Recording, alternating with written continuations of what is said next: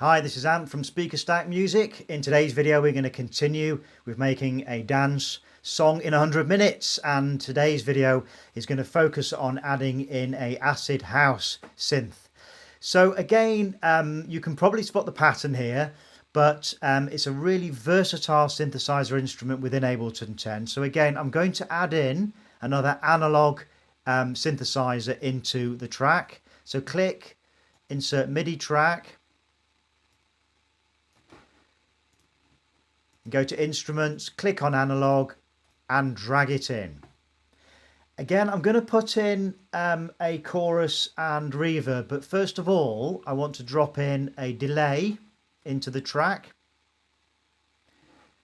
then a chorus, again in Audio Effects, and then finally a reverb, again in Audio Effects.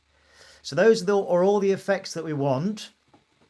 I'm actually going to be playing the notes in using a MIDI keyboard because the notes, there's quite a few notes, so it takes quite a while to draw them in. So I'm going to play them in.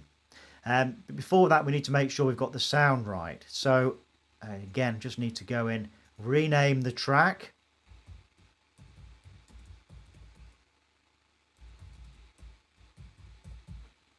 ACID House Synth.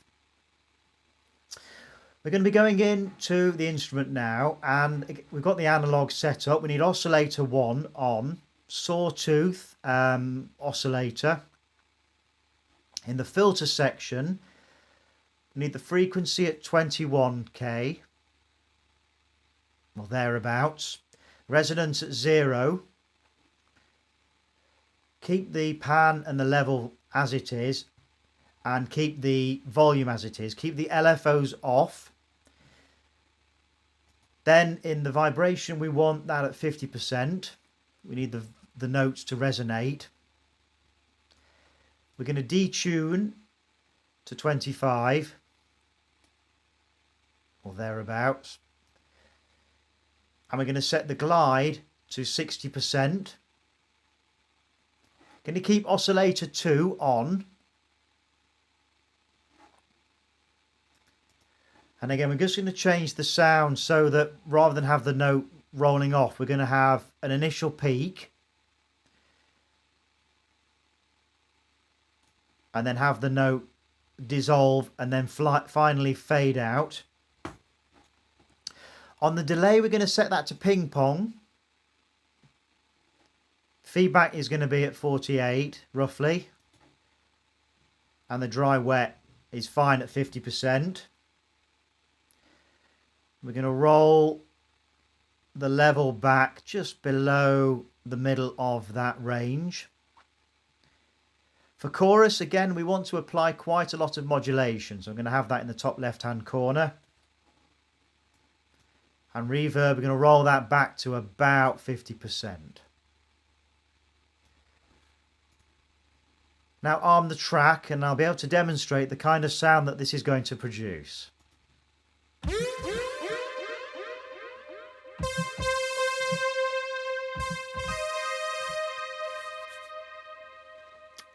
Brilliant stuff. That's exactly what we're looking for to kind of give the track a little bit more of a kind of a ravey feel. So I'm going to go in now and I'm going to start to record the notes in. And the initial section I'm going to start at around the 16th, 17th bar. Around the 17th bar, but I'm going to play a couple of notes as a lead in. So I'm just going to have to click a little bit before that and then record. We've got the track armed. And then we go to Arrangement View Record, press that, and it should start recording, and it's ready for me then to play the notes in.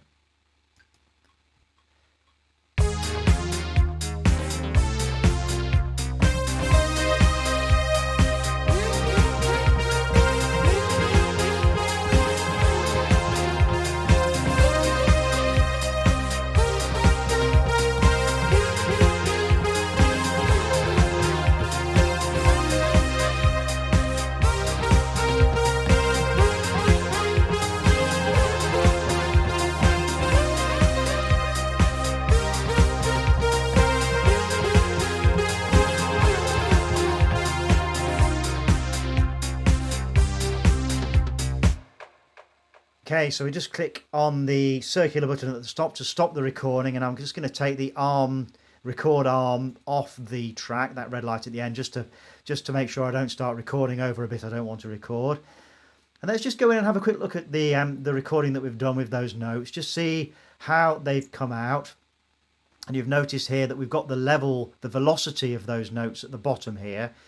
And a couple of those notes aren't quite cutting through in terms of velocity, which I could hear actually as I was playing it. So I'm just going to drag those up a little bit. And again, we've got the same issue down here. I think the rest were probably about right.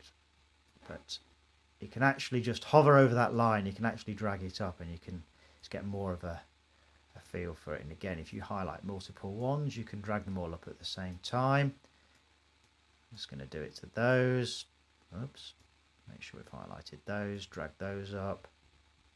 We can actually, we can look at the volume, the overall volume of the track later as well. This is just about making sure that all the notes that I've played in are of a consistent velocity. The next thing I'm just going to check on this, if we open it out a little bit, is whether a lot of these notes were going to be on in time. And they look pretty good, don't they? There might just be a little bit of tidying up to do, which I will do for the next video. But I think I've pretty much captured what I'm looking for from the sound and the notes in an ACID synth. So I'm just going to play that back and you'll be able to hear what it sounds like.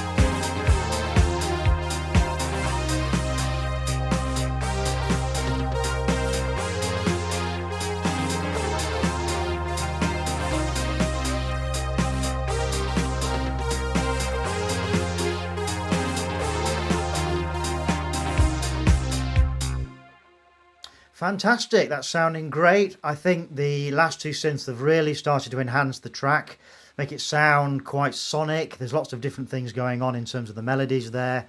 And you probably saw as we were playing the track, I've just panned the pad center, and we've got the trance synth and the acid house going off at either ends of the stereo mix, because they're both kind of lead instruments, so we just need to pan those off, give them both a bit of their own space. Before the next video, I'm going to go into the acid house notes, just tidy those up a little bit, just make sure that they're on the right beats per bar, because I think a few are just slightly off. But there ends the video. That is essentially adding in an acid house synth into the mix. Thank you again for listening. I hope you found the content useful. If there's one thing I would say about the acid house sound, again, is that you can really make this your own. If you go into the Analogue synthesizer, play around with that frequency level, you can really just change the sound. And again, if you play around with the amplifier bit and the release of the note, again, you can make that shorter or longer, have that to the length that you want it, and make the track your own when you're adding this in. In the next video, we're going to be adding in some lead guitar. So thank you for listening. Again, if you like the content, please like the video and subscribe to the channel. I'm really trying to grow it. There will be regular videos posted. There will be series, I will post series of videos that actually deal with making songs, but I'll also be posting kind of ad hoc videos about specific things about Ableton, such as applying certain effects, certain shortcuts that you can use. I'm also going to be releasing some videos later this year in relation to adding in Serum, which is a very powerful wavetable synthesizer which you can purchase as a plugin for Ableton. So I'm going to be doing some videos around that, and also around the Cthulhu synthesizers.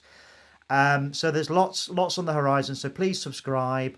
As I said, the videos will be coming thick and fast on a regular basis. And thanks again for listening, and I will see you in the next video.